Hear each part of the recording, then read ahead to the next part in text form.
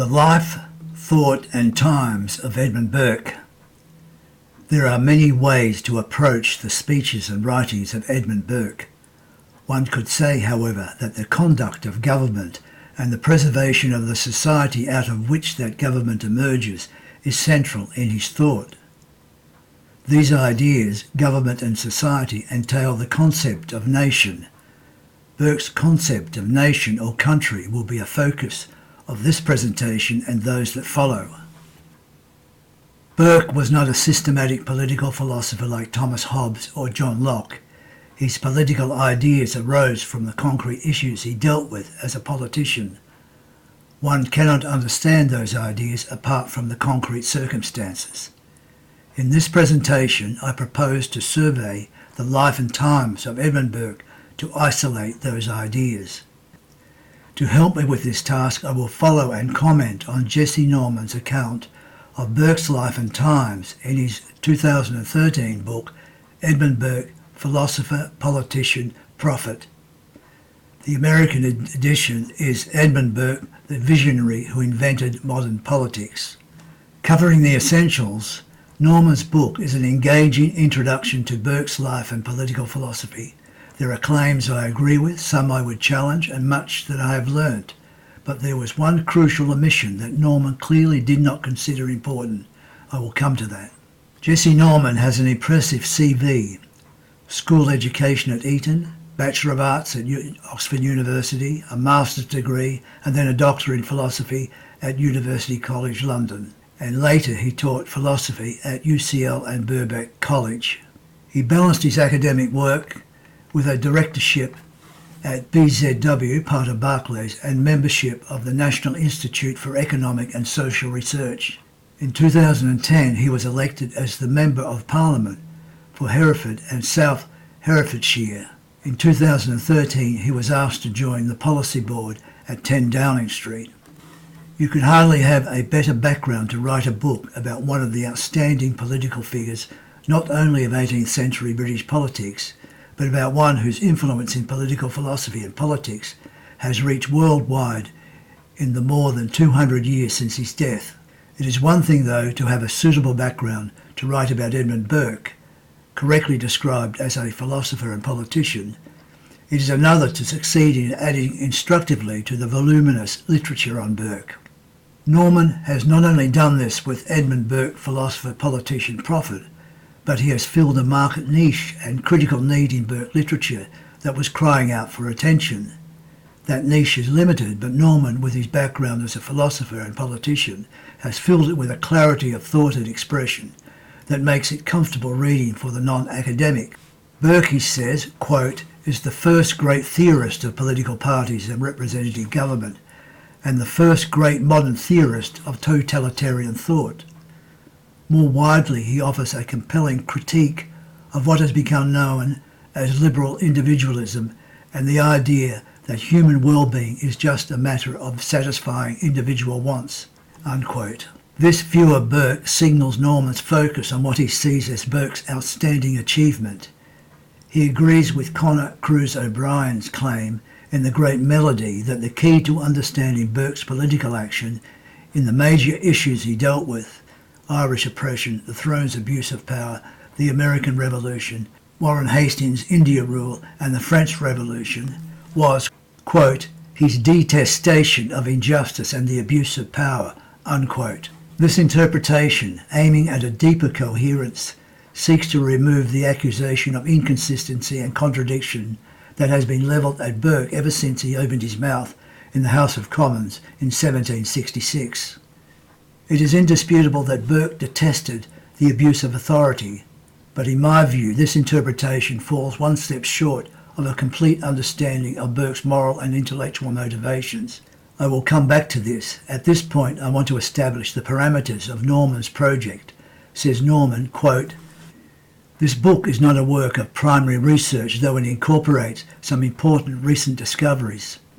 Rather, it is a personal interpretation of Burke's life and thought, which draws heavily on my own background in philosophy and experience as a working politician. It seeks not merely to present Edmund Burke as a man and to trace his life against the astonishingly rich tapestry of 18th century society, but to make the case for him as a statesman and a thinker. It is short and inevitably selective, and this risks underplaying both conflict and development in Burke's ideas, but its argument is for a deeper coherence." Unquote. To explain his purpose further, Norman provides an appropriate quotation from Harold Laski on Burke and the Statesman's Art. Laski was one of the most important political theorists in Britain in the first half of the 20th century. Quote, "Burke," says Laski, "brought to the political philosophy of his generation a sense of its direction, a lofty vigour of purpose, and a full knowledge of its complexity, such as no other statesman has ever possessed. His flashes of insight are things that go, as few men have ever gone, into the hidden depths of political complexity. He wrote what constitutes the supreme analysis of the statesman's art. The purpose of this book is to explain how he came to write it, why it is, and why he and it matter today." Unquote. It is essential to keep Norman's purpose in mind because the book must be judged mainly on its own terms and not by one or other purpose a critic might think Norman should have pursued. I make a distinction between the parameters of the stated purpose and the deficiency that may be found within them. Even if Norman does not aspire to break new scholarly ground, he does something perhaps equally important. He explicates Burke's political thought with constant reference to the social and political circumstances of the Western world in the 21st century. He does this by a sustained linked analysis of Burke's writings and speeches, and by showing how modern academics in the social sciences confirm Burke's thoughts on the nature of the human person and society. Furthermore, if the book does not provide primary research but merely a particular perspective of current views of Burke's thought, it nevertheless creates many points at which the reader can diverge into a more serious study. This is the great value of Norman's book, in my view. His readability, clarity of thought, and mastery of the material and the method make it an outstanding introduction to Burke for the general educated reader and tertiary students in political science and political philosophy departments. Despite my high praise for Edmund Burke, philosopher, politician, prophet, I do have some criticism. Towards the end of Part 2 on Burke's thought, Norman suffers a surprising lapse from his stated purposes. He dismisses a school of thought about Burke's philosophical presuppositions, a framework of thinking, it is claimed, that must be presupposed if one wants to reconcile the whole gamut of Burke's thinking. This harks back to a fiercely fought debate that flared in the 1950s. The debate was whether a principle of utility in the style of David Hume, not Jeremy Bentham, governed Burke's political thinking, or that a Thomistic-style natural law was the foundation on which his political thinking rested. The proponents of the natural law interpretation saw Burke's natural law in the context of classical realist epistemology and metaphysics, presupposed in a unique form. In his summary dismissal of the natural law view, Norman does not go to the trouble of correctly reproducing the terms of the debate. The most important book, in my view, of the classical realist position, Francis Calivan's The Political Reasoning of Edmund Burke, fails to make it to the select bibliography. If Norman had kept to his purpose, he would have stated his disagreement and left it to the reader to take it up in his own time. Once one goes further and dismisses a particular view, especially one for which there is a great deal of critical literature, one is obliged to mount a defence. He evades that obligation.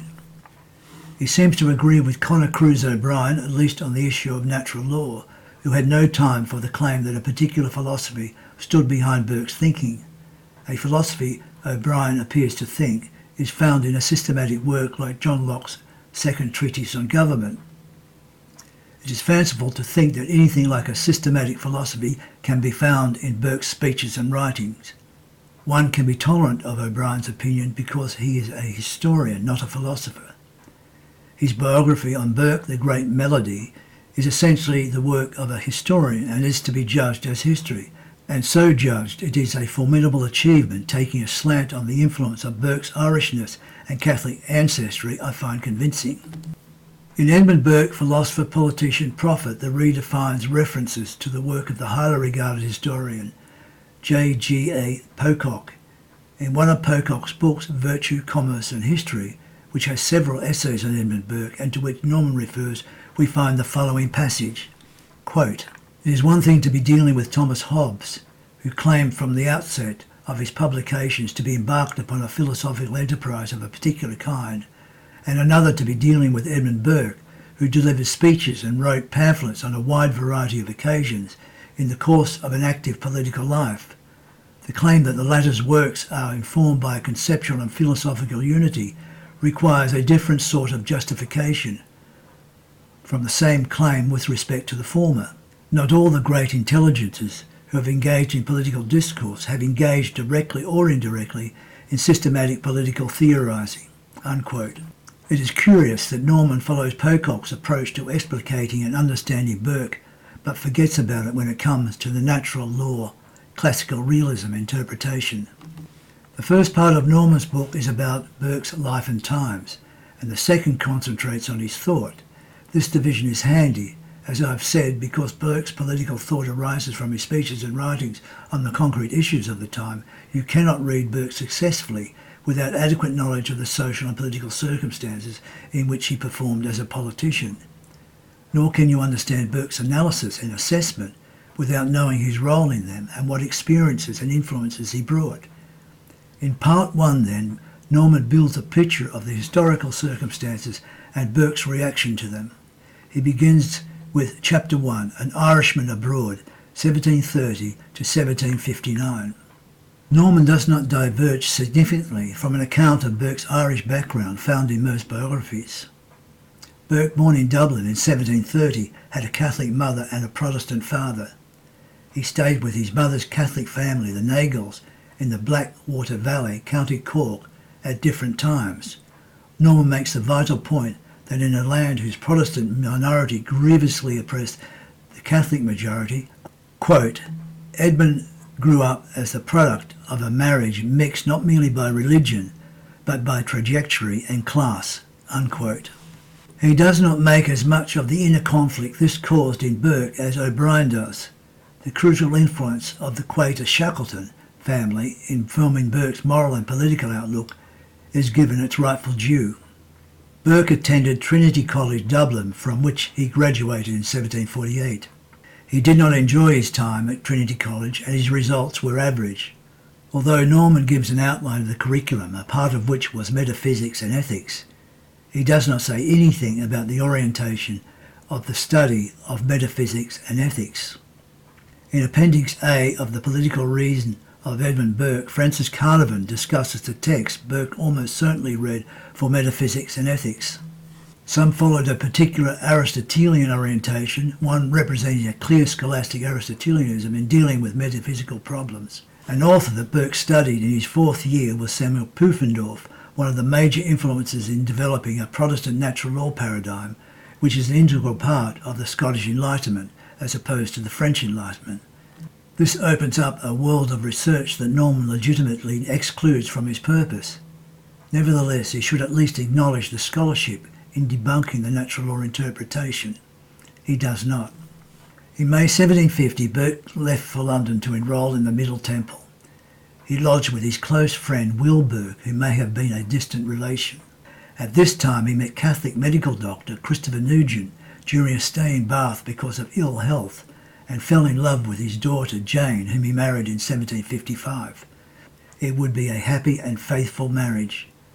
Burke's voracious reading and compulsive scribbling on a variety of subjects, together with his distaste for the study of law, overcame him, and he gave it up to concentrate on his writing. In 1756 he produced his first serious writing anonymously, A Vindication of Natural Society, or a View of the Miseries and Evils arising to mankind from every species of artificial society, in a letter to Laud by a late noble writer. Following in 1757 was a philosophical inquiry into the origin of our ideas of the sublime and the beautiful. It is here that Norman begins his explication of Burke's speeches and writings. He has passed over a collection of sundry essays, comments and character sketches and poems compiled from Burke's papers belonging to Earl Fitzwilliam, edited by H.V.F. Somerset under the title of A Notebook of Edmund Burke, and published in 1957. It is odd that he should do so because he devotes much time to drawing out Burke's ideas on the nature of reason, and it is precisely in the notebook that Burke explores with impressive clarity and audacity what it means to reason as a human person and what reason is as part of human nature. In essay number 19 we find the following passage, quote, "A man who considers his nature rightly will be diffident of any reasonings that carry him out of the ordinary roads of life. Custom is to be regarded with great deference, especially if it be universal custom. Even popular notions are not always to be laughed at. There is some general principle operating to produce customs that is a more sure guide than our theories. They are followed indeed often on odd motives, but that does not make them less reasonable or useful. A man is never in greater danger of being wholly wrong than when he advances far in the road of refinement. Nor have I ever that diffidence and suspicion of my reasonings as when they seem most curious, exact, and conclusive." Unquote. Burke put these thoughts to paper before 1756 while in his early 20s. They demonstrate that Burke had long been contemplating what reasoning in the human person entails. Over the following 40 years, Burke pursued the theme that a mathematical manner of reasoning is only part of how a person makes judgments in concrete circumstances, and that treating reasoning only as a linear mathematical process will disconnect the person from his life's experience and lead him into error. This quotation would have been a helpful preface to Norman's comments on a vindication, because a vindication essentially is a satire on what Burke called refining reason.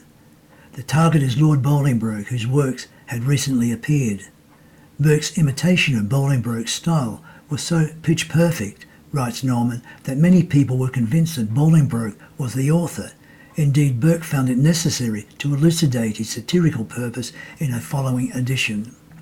Quote, "The design of a vindication was to show that without the exertion of any considerable forces, the same engines which were employed for the destruction of religion might be employed with equal success for the subversion of government, and that specious arguments might be used against those things which they, who doubt of everything else, will never permit to be questioned." Unquote. Although Norman appears to put it the other way around, Bolingbroke's arguments for natural religion as opposed to revelation could be used against the current political structure, which few people would accept. The satire is about the danger of the misuse of reason. Norman says correctly that a vindication displays Burke's, quote, "distrust of abstract thought, his celebration of human history and civilization, and belief in established institutions," unquote. The inquiry which follows a vindication is Burke's only systematic philosophical work. It is a work of aesthetics and somewhat out of the line of his body of work. Norman gives an engaging summary of the aesthetic background against which Burke wrote, which I cannot go into here, and then draws out the elements that fit into his thinking about human nature and human reasoning. The following passage is an excellent example of Norman's clear explication of what is crucial to understanding Burke's moral and political reasoning. Quote, "But what is perhaps still more striking is that even at this very early stage, the inquiry again lays out in embryo all the array of themes always later to be identified with Burke. Humans have a distinctive nature, which is not purely subjective but governed by certain general laws. Indeed, they are social animals, heavily driven by instinct and emotion. The testimony of ordinary people is often of greater value than that of experts. Human passions are guided by empathy and imagination. Human well-being is grounded in a social order whose values are given by divine providence. Human reason is limited in scope and insufficient as a basis for public morality. There may be a hint here that, in the words of American thinker Leo Strauss, good order or the rational is the result of forces which do not lend themselves to good order or the rational. People cannot reason themselves into a good society, for a good society is rooted not merely in reason, but in the sentiments and the emotions." Unquote. Although I think Norman does not pay enough attention to the supervisory role Burke gives to the intellect, he is undoubtedly on the right track.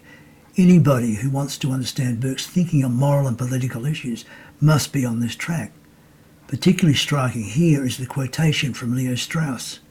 I don't think I would have understood its meaning had I not spent years thinking about Burke's writings and speeches. The overarching point is that for Burke you cannot speak sensibly about knowing and reasoning without keeping those human faculties in the context of human nature as human nature exists and is at work in concrete circumstances. From 1756 to 1759, Burke wrote furiously, leaving many pieces unfinished.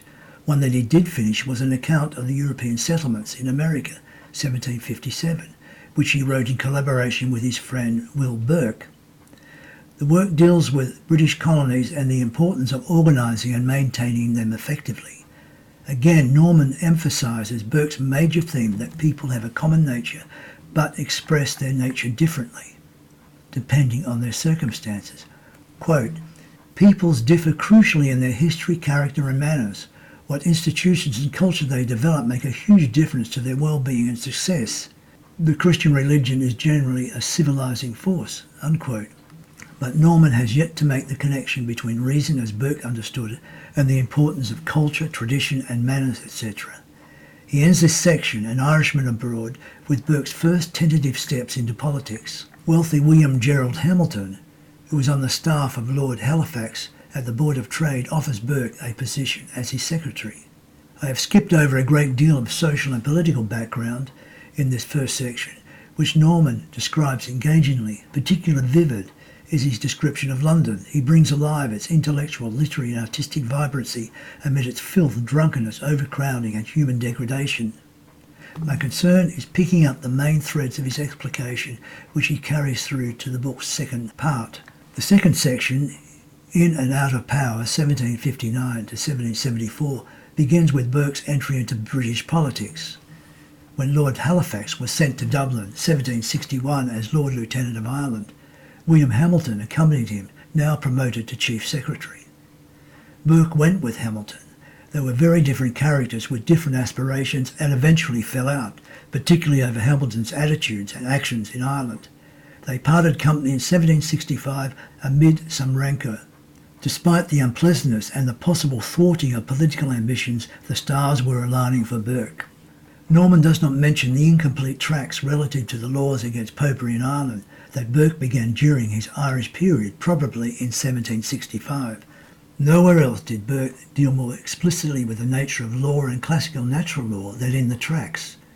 F. P. Locke, whose two-volume work on Burke was an essential influence on Norman, commented that in the tracts, quote, "Burke's use of natural law arguments supplies some of the strongest evidence for the natural law interpretation of his thought," unquote. I should add that Locke goes on to claim that Burke's invocation of natural law was merely a rhetorical tactic in the circumstances, as was his use of utilitarian arguments. I take vigorous issue with this claim about the tracts and the school of thought that Burke, quote, "employs whatever arguments he can find with more regard to their probable rhetorical effectiveness than to their philosophical coherence or logical consistency," unquote. I will insist that a proper reading can reconcile Burke's appeals to natural law and utility. I will go further. The outstanding feature of Burke's thought is its astounding consistency over the years, from the beginning of his sketches contained in the notebook. I don't have the space to deal with the extensive issue of natural law versus utility. I do that elsewhere. It seems that Norman is in sympathy with Locke, at least on the subject of natural law. In 1765, following Burke's departure from Hamilton, the Marquis of Rockingham, leader of a large Whig faction in the House, employed Burke as his secretary. After the fall of the Bute ministry in 1763 and a period of instability, George III directed Rockingham to form a ministry. The new administration took office on 15 July 1765. Burke's employment by Rockingham and Rockingham's ascension to power, writes Norman, catapulted Burke from near obscurity into the very cockpit of power. But there was a second stroke of good fortune. Wendover was a pocket borough in the gift of Lord Verney, a close connection of Will Burke. Will generously stood aside to let Edmund stand, who, after the customary allowance of alcohol to the constituents, could take his seat in the House. Burke's first appearance in the House was in 1766. On Christmas Eve of that year, 1965, Burke wrote to an Irish friend, quote, "Yesterday I was elected for Wenthover, got very drunk, and this day have a heavy cold," unquote. Burke found himself directly in the thick of the political action because the Rockingham Whig administration had to engage with the fraught issue of taxing the American colonies to raise revenue. The issue was whether it was legitimate for the British government to do so. The previous administration had enacted the Stamp Act in 1764, which caused, quote, "uproar, resistance, and the first signs of rebellion," unquote, in the American colonies. The Rockingham Whigs moved to repeal the Act, but because of their inexperience, incompetence, and Rockingham's refusal to compromise, the King dismissed them in July 1766. Burke, says Norman, came to defence of the Rockingham administration in writing, quote, "The result was a short account of a late, short administration, which gave a glimpse of a new conception of the very idea of a political party," unquote. The idea of a political party and what that entails will be a foremost theme in Norman's explication of Burke's political thinking. He pays tribute to Rockingham, who provided the context within which Burke, quote, "assumed a crucial role, moving the Rockingham Whigs away from factional politics and shaping them organisationally and intellectually into the prototype of the modern political party," unquote.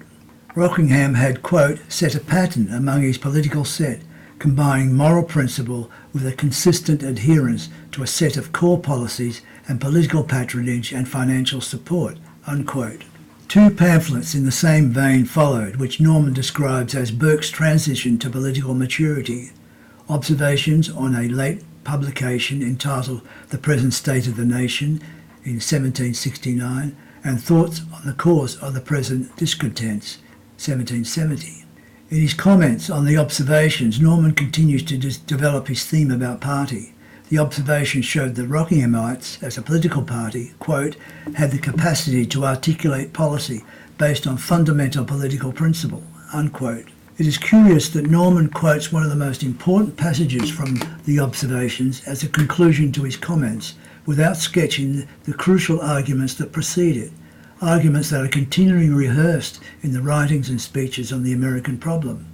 The following from the observations is just one of the many ways Burke expressed those arguments, arguments that are more about the nature of political reasoning than Burke's ideas on political party. Quote, "It is easy to parade with a high talk of parliamentary rights, of the universality of legislative powers, and of uniform taxation. Men of sense, when new projects come before them, always think a discourse proving a mere right or mere power of acting in the manner proposed to be no more than a very unpleasant way of misspending their time. They must see the object to be of proper magnitude to engage them. They must see the means of compassing it to be next to certain, the mischiefs not to counterbalance the profit. They will examine how a proposed imposition or regulation agrees with the opinion of those who are likely to be affected by it.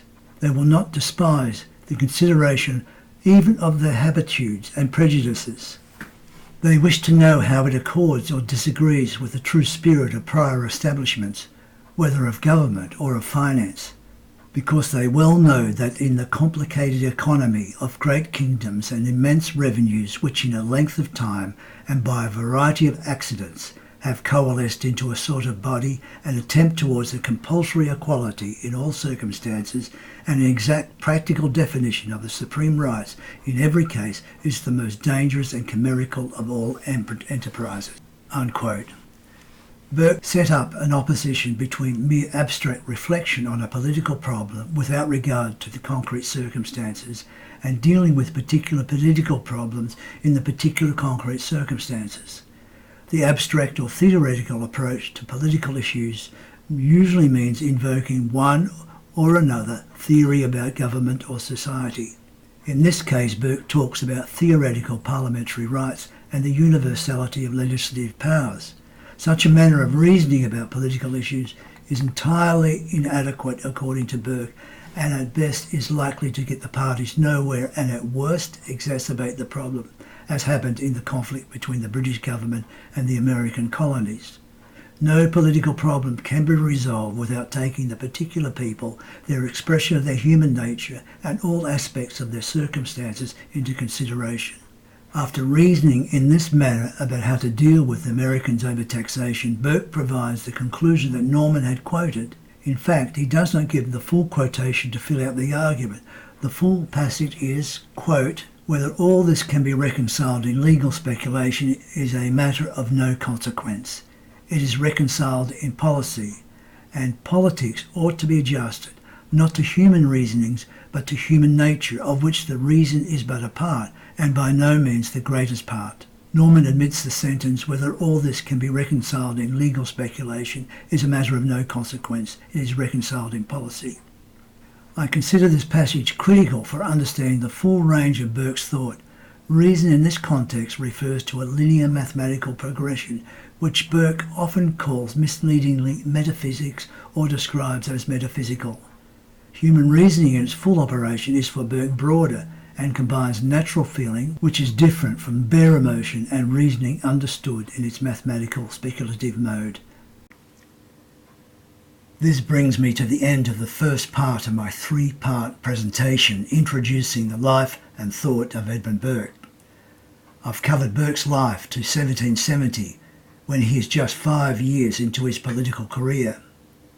Despite those 5 short years, Burke's political thinking, the beginnings already manifest in the Trinity College period, has matured. Norman adequately covers the main features of his thinking. However, if one were to bring that thinking under one heading, one would cite the crucial passage from the Observations. Speculation in political action is for the amusement of those cloistered in their academic offices. Politics, says Burke, ought to be adjusted, not to human reasonings, but to human nature, of which the reason is but a part, and by no means the greatest part. This exhortation is repeated throughout the political problems he dealt with. Though the essential features of his thought have been revealed by 1770, one must continue to examine them as they appear in each of those issues. As I have said, Burke was not a systematic political thinker like John Locke or Thomas Hobbes. His thinking continues to be refined and extended in each political issue.